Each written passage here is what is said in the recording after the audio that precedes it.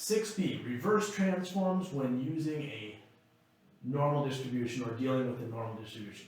So previously we talked about using a standard normal distribution table or a standard normal cumulative probability distribution table to find the probability that you found something less than a certain value, greater than a certain value, or in between two values. And we applied that to real world examples, so we weren't just dealing with the z-scores, we were dealing with real world examples and using the z-scores. So remember, to do that, we started out with a known data value, a population mean, and a population standard deviation, and then we used the z-score, and we said z is equal to x minus mu over sigma. And by doing that, we could turn any normal distribution into a standard normal distribution, allowing us to use the table, and then plugging in an x value, we get a z-score, and we could find the area to the left of that, because that's what the table always gave us. And then we could use that to either find the probability that it was less than this original value, that it was greater than that original value, or in between two of these original values. So that's what we're dealing with. Now what we're going to do is we're going to reverse the process.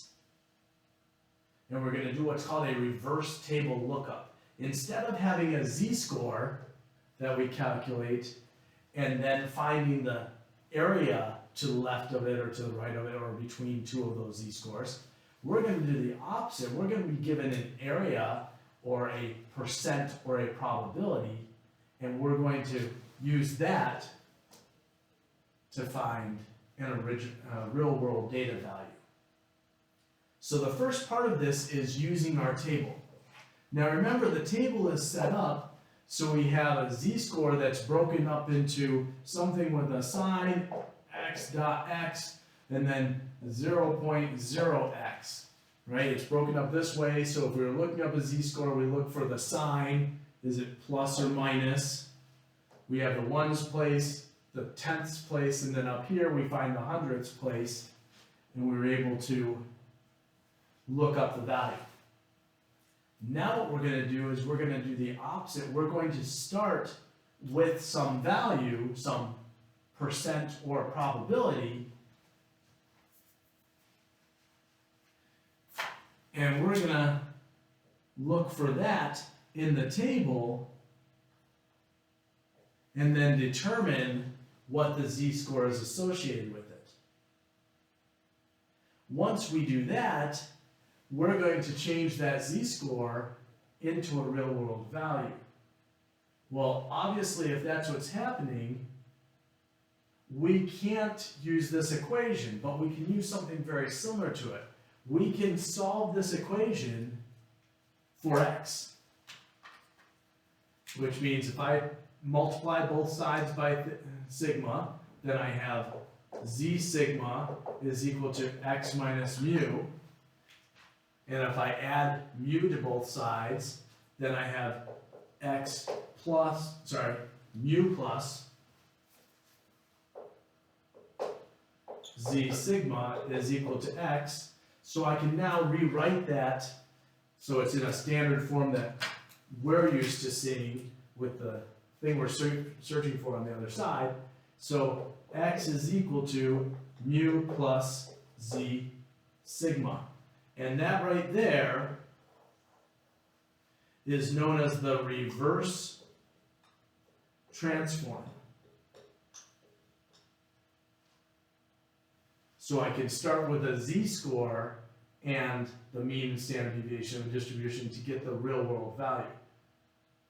Where does that z-score come from? It comes from us being given some probability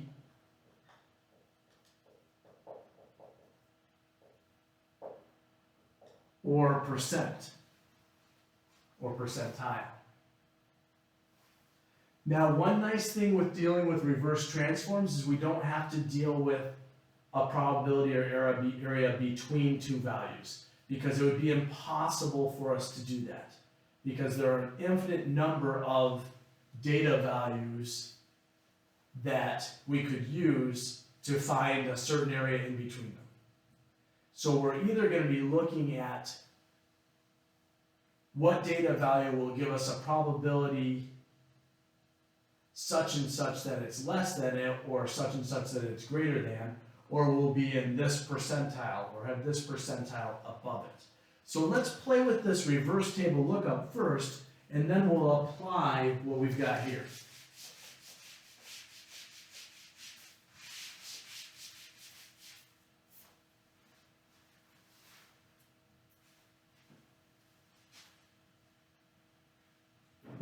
I want to find the z-score associated with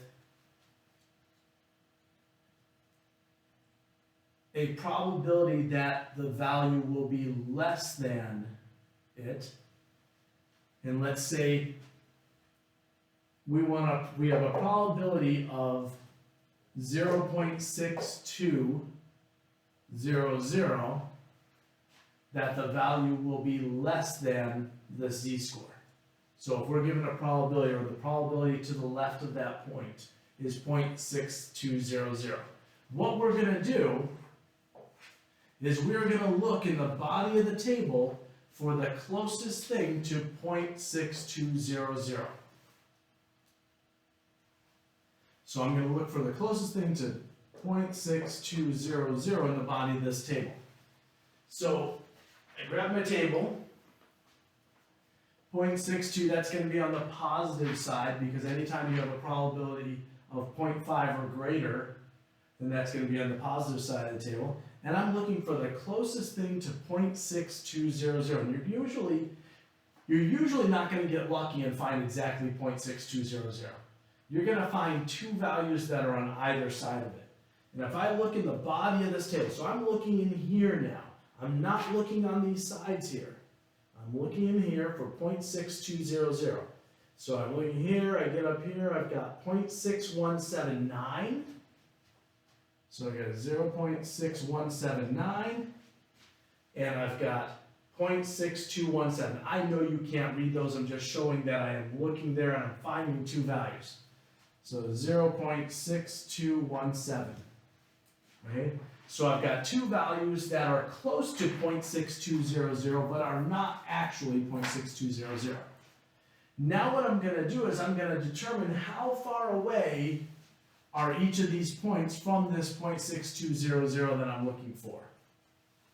So I've got 0.6179, that is 21 away, right? If I look at that, it's 21 away. And I've got 0.6217, that's 17 away. 0.6217 is closer to 0.6200 than 0.6179 is. So we're going to look at that value. And we're going to take that value and we're going to look and say, what z-score gives us that value? So we're at 0.6217. Coming over here, we got 0.3. Got carried away there. 0.3. And looking up, I have 0.01. So the z-score associated with that is 0. So z is equal to 0.31. Let's do another one just to make sure that we've got this down.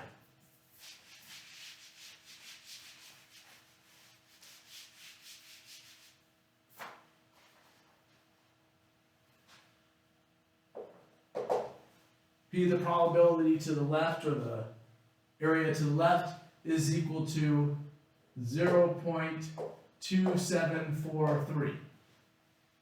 So I'm going to look for 0.2743 in the body of the table. So that's less than 0.5, so it's going to be on the negative side, and I'm looking for 0.2743 in here somewhere. 0.27, I'm not seeing 7s yet, 0.27, no, other way, 0.2, up, there we go.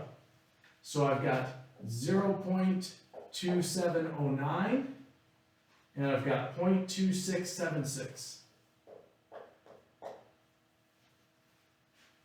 So I've got these two here. This one's 9 away.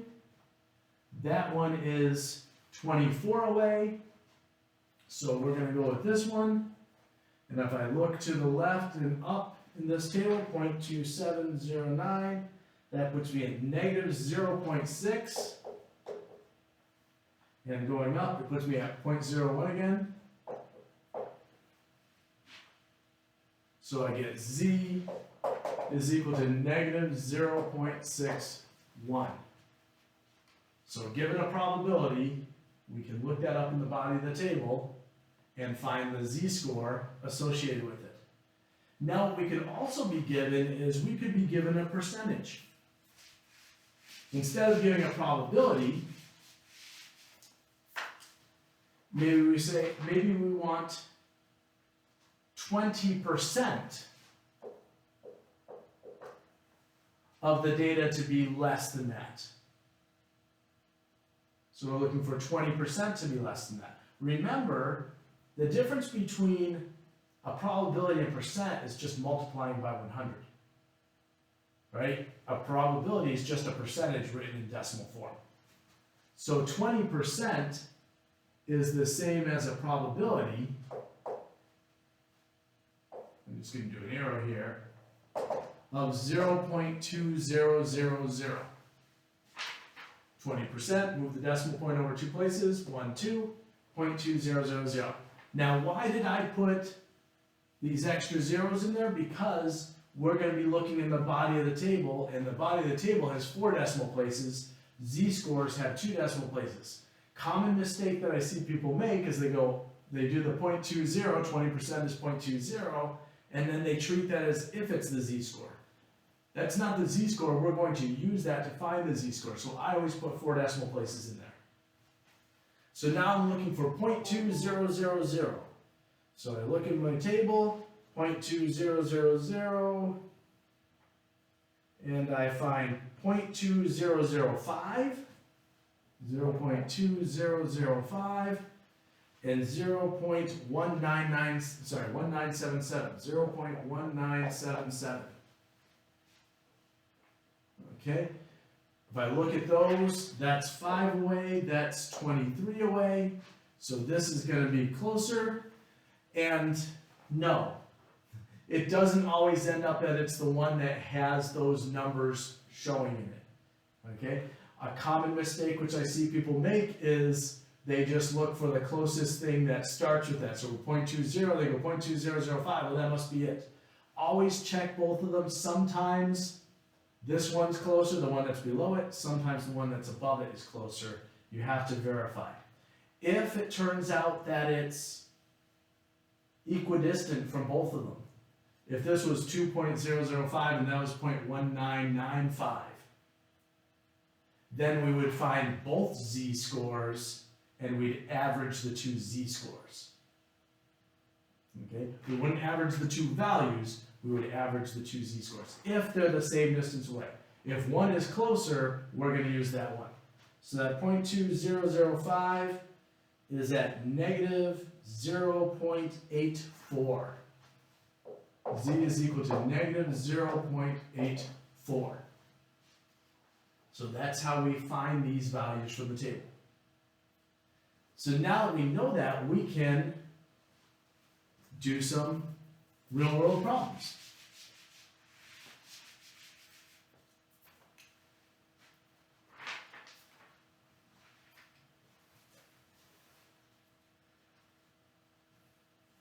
So an exam had an average grade of 72.6 with a standard deviation of 9.7. To get an A on that exam, you need to be in the top 15%.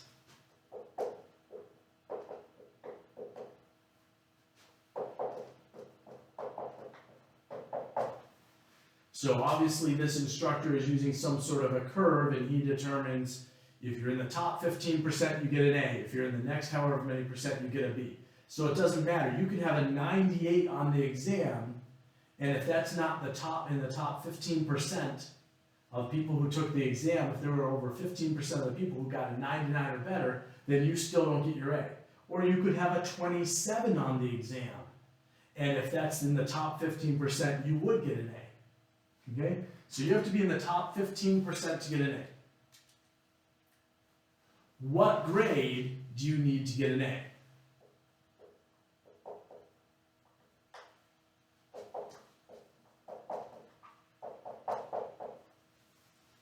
So what grade do you need to get an A? If the average grade on the exam was 72.6, standard deviation was 9.7, and you need to be in the top 15%. So I'm going to look at a couple things here. One, I'm going to draw a picture because drawing a picture many times makes it easier for us to figure this out. First thing, top 15%. If I'm in the top 15%, we're talking about 15% on that side, are we not? That's the top 15. What does our table deal with? Our table deals with the area to the left. So if I'm in the top 15%, then this area to the left would be 100 minus 15, or 85%. So I'm going to do a reverse table lookup looking for 85%, but we don't do it as a percent, we do it as 0.8500, right? Turn it into a decimal, so 0.8500. So I'm going to look in the body of the table for 0.8500.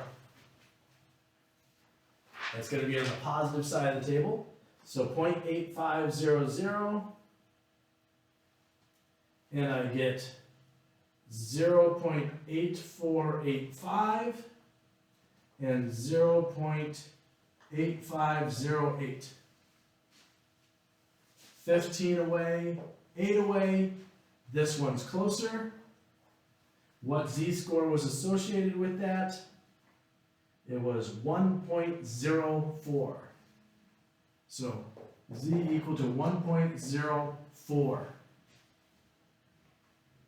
So now that I have my z-score, I want to turn that into a real-world value to determine what grade I need. This is where we bring in that reverse transform. X is equal to mu plus z sigma. And this is what I had shown earlier on the side of the board, was we had determined how to find that. So now I can just plug the values in. The mean was 72.6. Z-score is 1.04. Sigma is 9.7. Okay, first of all, remember, multiplication comes before addition. Do not take 72.6 and add 1.04 and then multiply it by 9.7. We're going to take 1.04 and multiply it by 9.7 and then add 72.6. So 1.04 multiplied by 9.7 gives us 10.088. So I'm going to write this out here. So we have 72.6 plus 10.088. And then if we add that 72.6 to it, we come out with x equal to 82.688. So I need an 82.688 on the exam, or since we're dealing with actually a grade on the exam, I need an 83 or better to be in the top 15% and get my A. Because you don't get an exam, of course, our class we get exams like this, but you generally don't get exams where you have a decimal value in there. So I would need an 83 on that exam or better to be in the top 15%, allowing me to get my A on that exam. Well, let's do another one.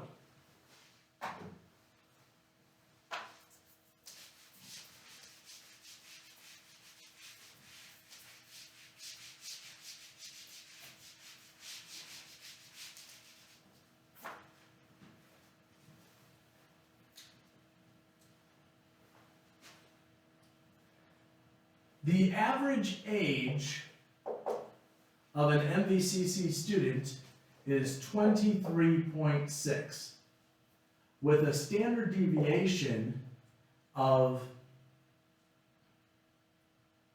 3.9. That is completely and totally made up. Those are not real values, okay? Just so you don't go and tell people that these are real values. So average age is 23.6 with a standard deviation of 3.9. How old do you need to be older than 30% of the students?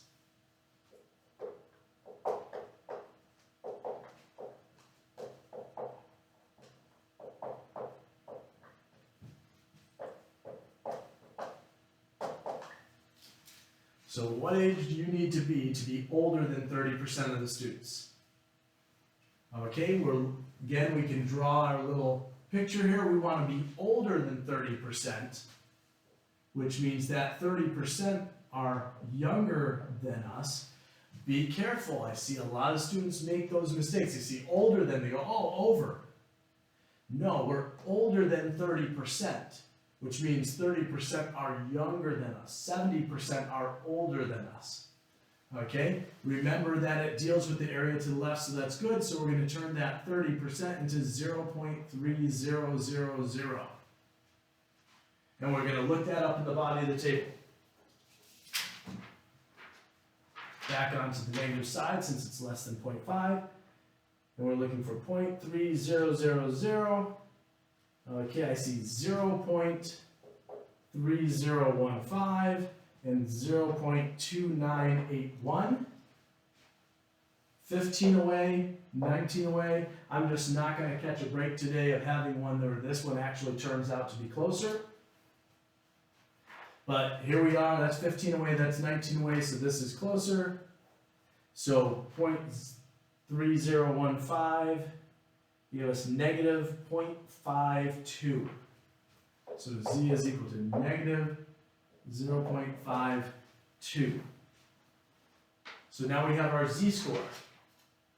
We're now going to use that to find the data value. So x is equal to mu 23.6 plus z negative 0.52 times sigma 3.9. Okay, so we've got a minus sign here. Don't lose that minus sign. So again, we multiply first and then we add the 23.6. So 23.6 plus and negative 0.52 times 3.9 gives me negative 2.028, which could be rewritten as 23.6 minus 2.028. So it's going to give us a value less than that. So 23.6 minus 2.028 is going to give me 21.572. So 21.572, and we're asking what age to be older than 30%. Well, if we want to be older than 30%, then we're going to have to round up. So that's going to be, we need to be 22 years old. And that's our process to do reverse transforms.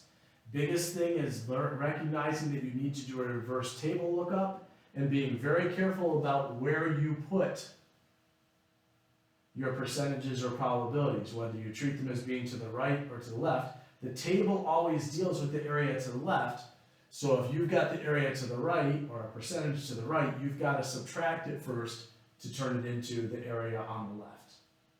And that's it, that's reverse transforms.